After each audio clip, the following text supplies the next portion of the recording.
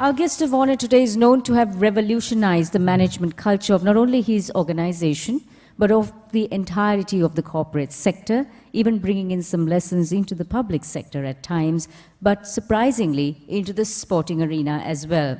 His inherent talent is in taking ordinary young people and making them extraordinary.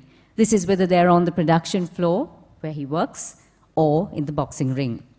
His methods are unorthodox, but he has brought in results, which has, for over 25 years in the apparel industry and later in the sporting arena, placed him as a mentor, a role model, a leader, a guru, and a friend to thousands of young people.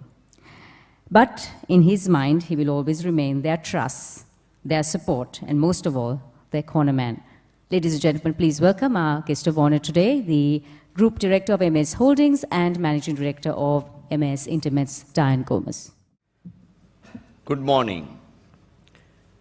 Members of the head table, Deputy Minister, Honorable Mohanlal Grero, ladies and gentlemen.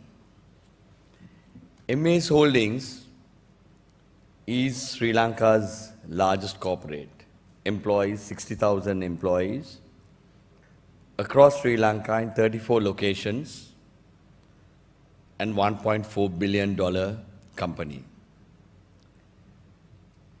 Since we are in the apparel industry, it's labor intensive. Our biggest strength and weakness comes from the technical abilities of our people to become world class. Therefore, we understand the needs of our organization or in the corporate sector and what we would require from all of you all runs these institutes. But as a chief executive, I think there's a great conflict because the needs that what we want and the needs that are being produced, there's a big difference. The people, the 40,000 or 50,000 are made to understand who are in these technical institutes, sometimes pursue their own objectives of self-employment. Some of them join the corporate sector. But what they are not prepared when they walk into a corporate job is one of the main areas of deficiency I felt is the soft skills. Technically, I think Sri Lankans are world class. If you look at the best innovations for MAS Holdings, it has come from the simple mechanic who's gone to a vocational training institute, who's done some groundbreaking innovations.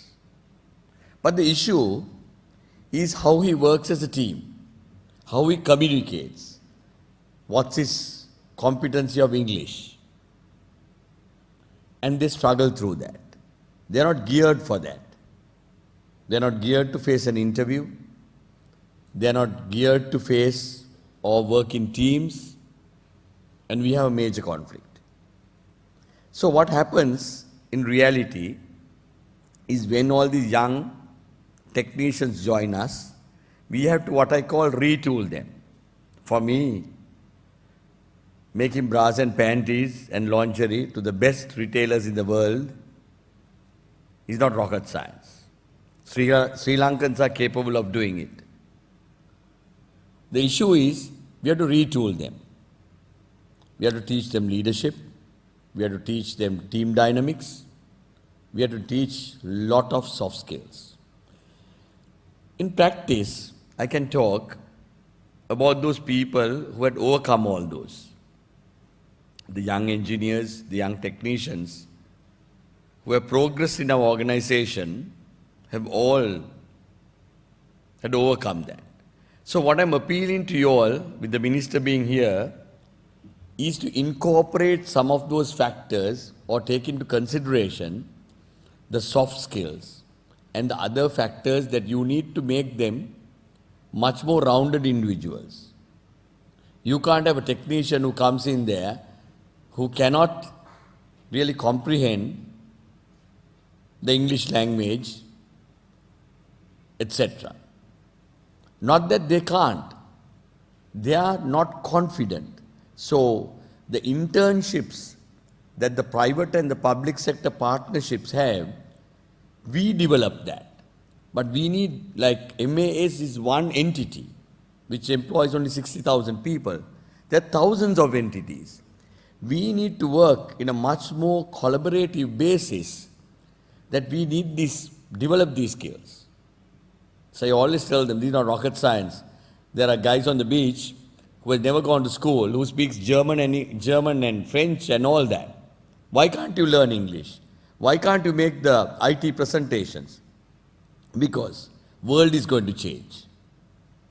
I mean, the time that I, studied at the university, the computers were mainframe computers. Today I see the minister who's going to speak, he's using the iPad. Things have changed. It's your iPhone, and all of our workers, 80% of them have a smartphone. 80% of them. So are you ready? Are you teaching them those techniques? I am telling you, 20 years ago, the apparel industry worker was very different. Today, 80% of them have got GC advanced level. And they have got smartphones. In the next 10 years, technology will drive industries. Are you thinking forward? Is your syllabuses thinking forward? Or is it the same stuff that you are teaching for the last 25 years? Industry doesn't want that.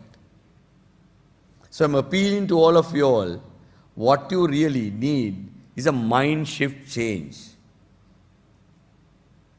If we have that mind shift change, what you teach, because I feel in my 50s, I have become a dinosaur. Because my kids are much more computer savvy. For every question, they would do a Google search. That's not the world that I lived in when I went to university, when I became an accountant. So are you all teaching these young technicians the new world? So I don't want to talk on details. We are struggling finding technicians. We set up a plant in the north. We need 1,600 people. Thanks to some of the institutes here, which are doing something to produce people, to produce those technicians, we have a dog's chance. We have to relocate nearly 50 people from other parts of the country to run that plant because we don't have technical staff. So what are we doing about it? I want you all to open your eyes, take a mind shift change, and see that in the next 10 years, what we require as Sri Lankans to make this country go forward is to build that capacity and the capability at every level, to make them world class at every level. The best technicians, the best engineers, the best scientists. And we all need the private sector and the public sector to come together to do that. So I would like the minister here to appeal to the private sector, which has much more aggressive resource base, to start doing, to get into partnerships more aggressively to make Sri Lanka a great place, so that my daughters and your sons will have a great future for all of us. Thank you.